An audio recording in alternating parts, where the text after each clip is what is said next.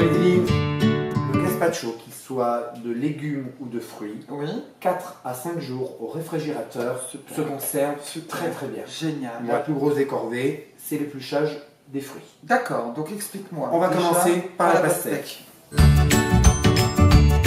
non, ça on va les mettre de côté, comme ça on va égrener après tous les légumes d'un coup. Ouais, ben, on va s'amuser les gars. On a vu, voilà. Maintenant on va passer au melon.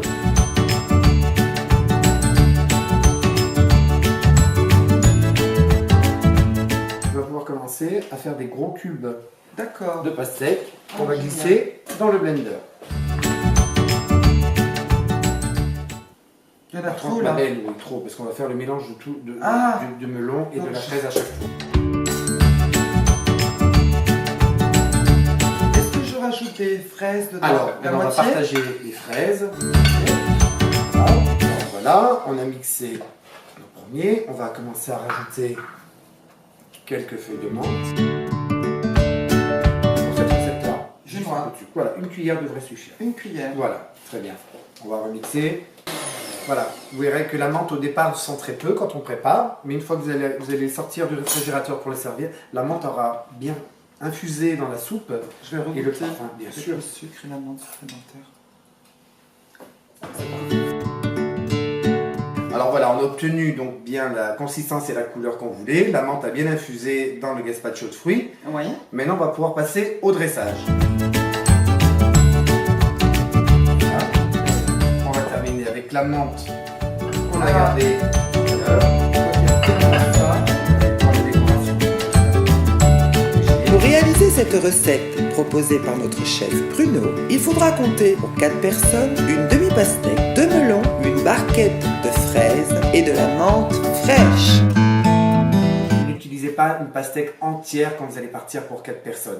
Est-ce qu'il y a une astuce pour les choisir ou pas? Parce que à l'époque, ma mémie, je la voyais toujours faire. Elle prenait un melon, elle tapait dessus, une pastèque, elle tapait dessus. Alors, souvent les mamas qui vont faire le Oui. marché, prenez la pastèque. Alors, il faut avoir une poigne, parce que déjà une pastèque Oui, comme celle-ci déjà c'est fait 8 lourd, hein. kilos, donc c'est très lourd. J'avoue que... C'était de l'attraper par Par les les muscles. extrémités, au Oui. niveau des paumes de la main, Oui. et on devait la serrer et elle devait craquer. Si elle craquait, c'est qu'elle était, Exact. mûre. J'ai déjà vu ça avec ma mémie. Voilà, D'accord. elles sont bonnes. Les melons.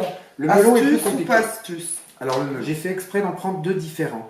Effectivement. Voilà, ce qu'on appelle aussi les pédoncules des melons. Vous en Ouais. avez des plus gros que d'autres. Alors ceux-ci sont considérés comme des mâles et les plus larges sont considérés comme des femelles.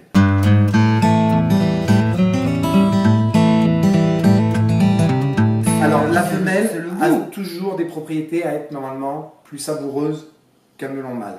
Ah, ça, alors ça, je ne savais absolument Voilà. pas.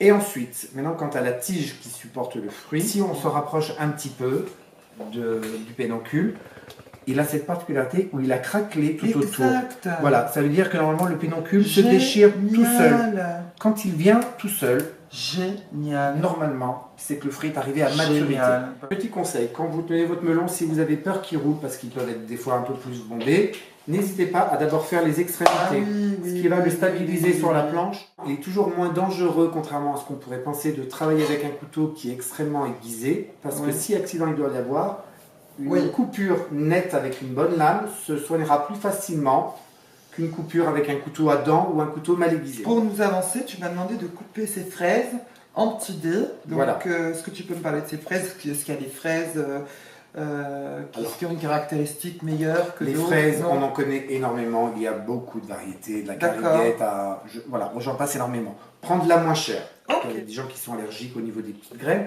On peut remplacer la fraise par de la pêche, qu'on épluchera bien Génial. évidemment au préalable, mais on peut remplacer par la pêche.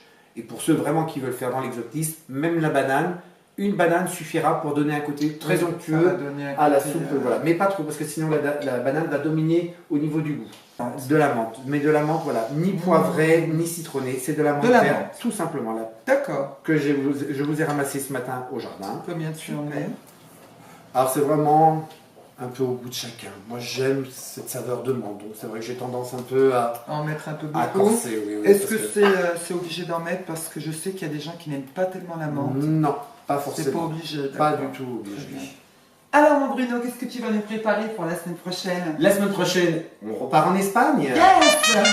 Vive les vacances! Ah oui, la semaine prochaine, toujours un plat de saison. On va se préparer une paella facile, express, à la portée de tout le monde et toujours économique. Alors, si cette recette vous a plu, Et que vous allez passer un bon moment avec nous, n'oubliez pas, de vous abonner à notre chaîne. au revoir Bruno. À jeudi prochain. Au revoir à vous tous. Au revoir.